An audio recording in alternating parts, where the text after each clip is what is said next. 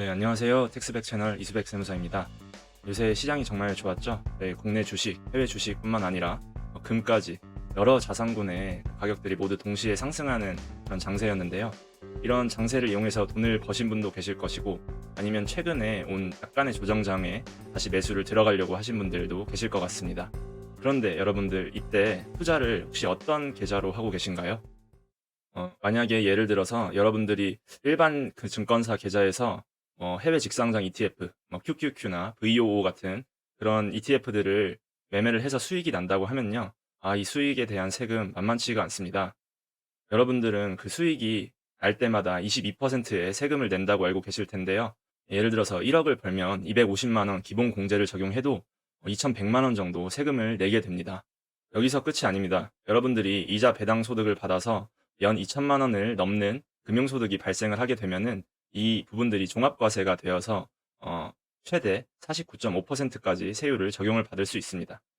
이렇게 열심히 투자했는데 수익의 상당 부분을 세금으로 내야 된다는 점이 참 억울할 것 같은데요.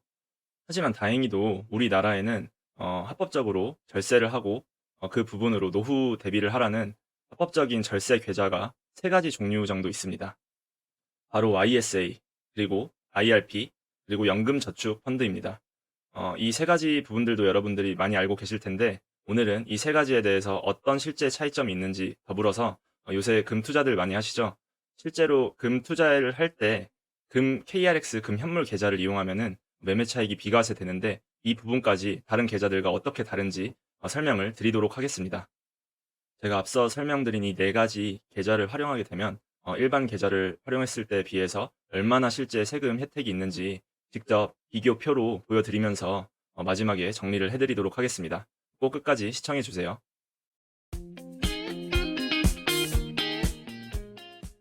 첫 번째는 ISA, 개인 종합 자산 관리 계좌입니다. 이 부분은 중단기 목적의 운영 자금을 운용하기에 굉장히 유리한 계좌죠. 일단 특징은 해외 직상장 ETF, QQQ 같은 부분들은 거래를 하지 못하는 대신 타이거 S&P 500이라던가 국내에 상장된 해외 ETF들은 거래가 가능합니다. ISA 계좌의 핵심 혜택은 세금 계산 방식에 있는데요.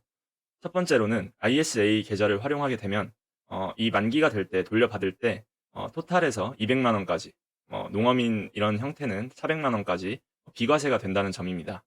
둘째로는 이 200만 원을 초과한 금액에 대해서는 모두 9.9%로 분리과세를 한다는 점입니다. 이게 굉장히 엄청난 혜택인 것인데요. 보통 15.4%로 배당 이자가 과세가 되고 매매 차익 같은 경우 해외 주식의 경우에는 22%로 과세가 되는데 반해 이 모든 수익들을 9.9%로 분리과세, 종합과세도 아닙니다. 그렇게 종결해 준다는 게 큰 혜택이 될 수 있습니다. 이 두 번째 혜택과 더불어 세 번째 혜택도 엄청난 혜택인데요. 예를 들어서 ISA 계좌 안에서 A 펀드가 1,000만 원 수익이 나고 B 주식이 마이너스 500만 원으로 손실이 났습니다. 그러면은 이 1,000만 원과 500만 원을 통산하여 500만 원만 과세되게 됩니다. 이 부분은 일반적인 계좌에서는 통산해서 어떤 과세 표준을 산정하고 이런 방식은 없죠. 그래서 ISA가 굉장히 유리한 방식이라고 말씀드리고, 심지어 국내 주식 매매 차익은 비과세인데 국내 주식 매매 차손은 다른 차익들과 합산해서 통산을 해준다는 점이 이점이라고 할 수 있습니다. 물론 이 ISA는 최소 3년간의 기간을 가입을 해야 이 혜택을 받으실 수 있고, 3년 이내에 해지를 하게 되면 이 혜택을 전부 다시 토해내야 됩니다. 그래서 3년에서 5년까지 가입이 가능한데 그 가입 기간 동안 목돈을 굴리려는 목적으로 활용하시는 게 제일 좋겠습니다. 다음은 현존하는 최강의 노후 준비 방패죠. 바로 연금저축펀드와 IRP 계좌입니다. 이 두 계좌는 ISA보다 과세 이연이라는 훨씬 더 강력한 혜택을 주지만 다만 55세 이후에만 수령할 수 있다는 그런 점을 염두에 두셔야겠습니다. 연금 계좌의 최고 혜택은 세액 공제입니다.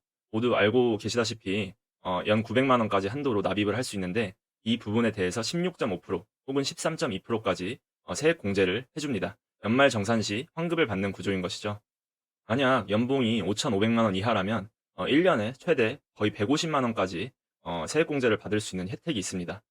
이만한 수익이 복리로 발생을 한다면은 20년, 30년 뒤에는 이 조그만한 수익들이 모여서 엄청나게 큰 효과를 불러일으킬 수 있습니다. 자, 둘째로는 ISA보다 훨씬 강력한 과세 이연 제도인데요.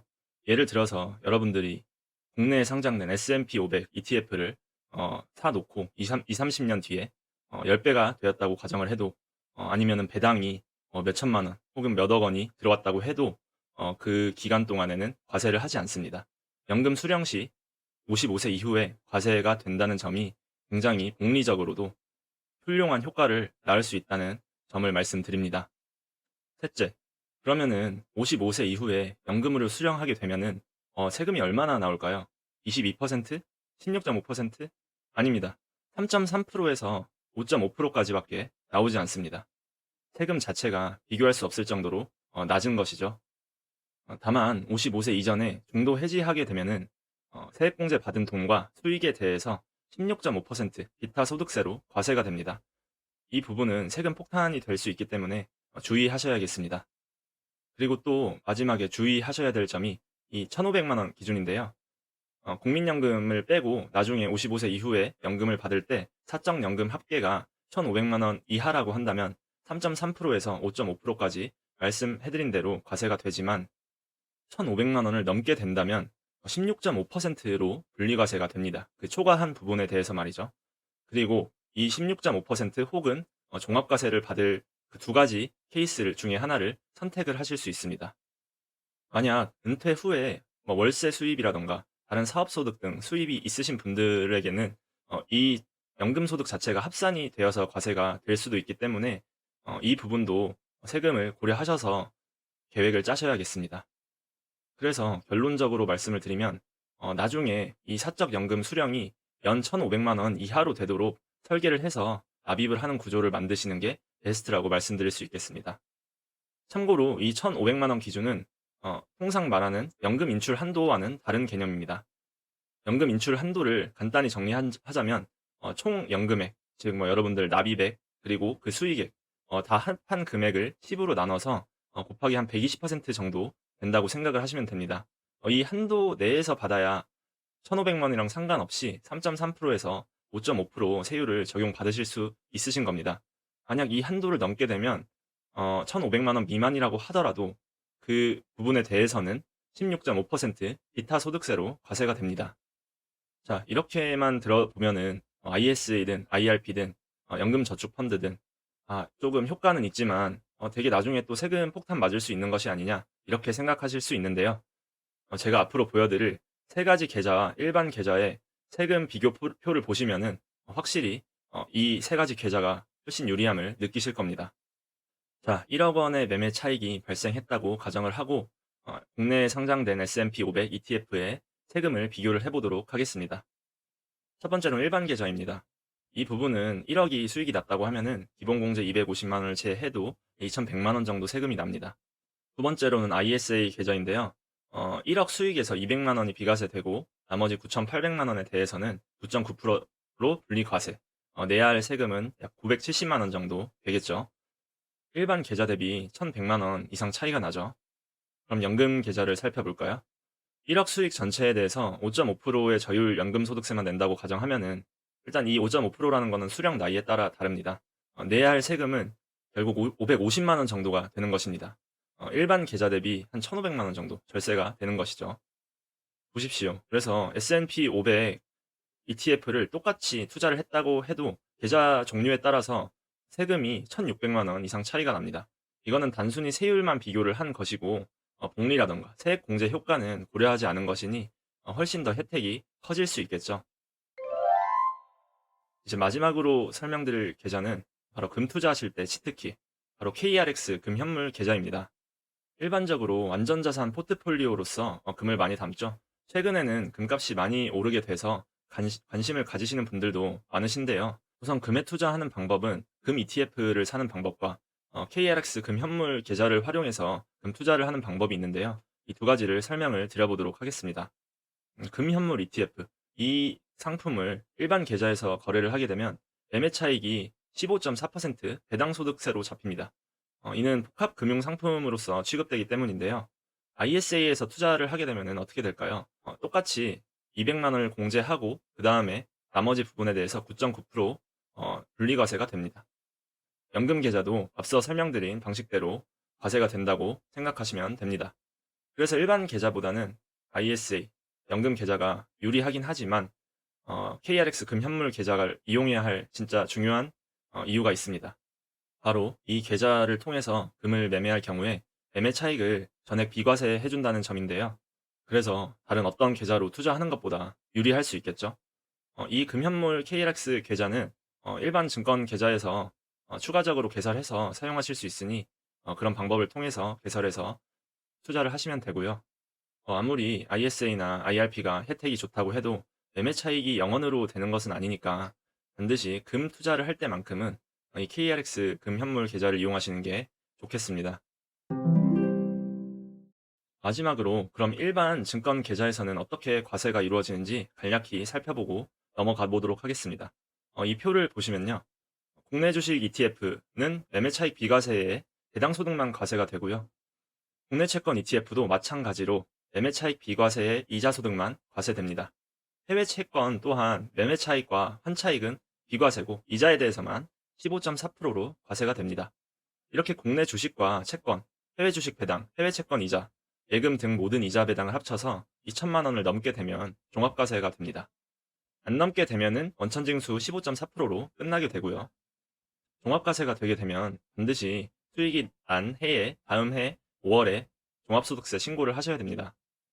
해외 주식은 반면 종합소득이 아닌 양도소득으로 분류 과세가 되는데요. 아시다시피 250만 원 공제 후 22%로 과세가 됩니다.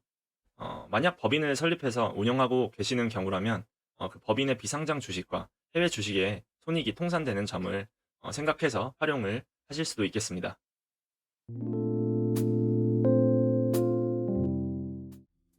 자, 그럼 오늘 내용을 정리하면서 어떤 전략으로 이 투자 계좌를 활용을 해야 되는지 말씀드리도록 하겠습니다.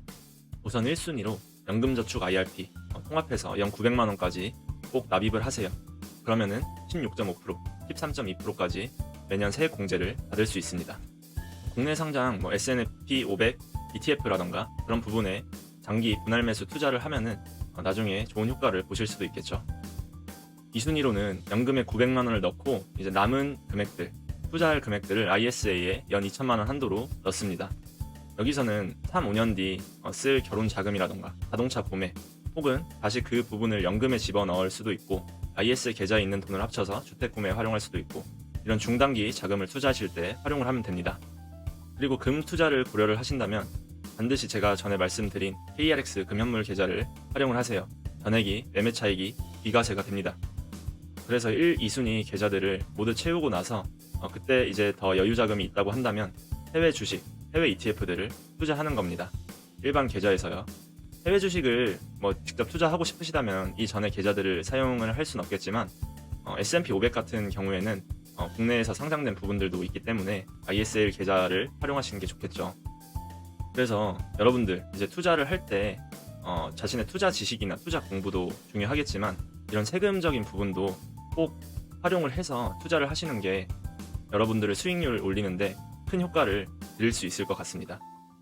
오늘 내용이 여러분들의 현명한 자산 증식에 도움이 되었으면 좋겠습니다. 오늘 영상은 이렇게 마치겠고요. 도움이 되셨다면 좋아요, 구독, 댓글 알림 설정 부탁드리겠습니다. 감사합니다.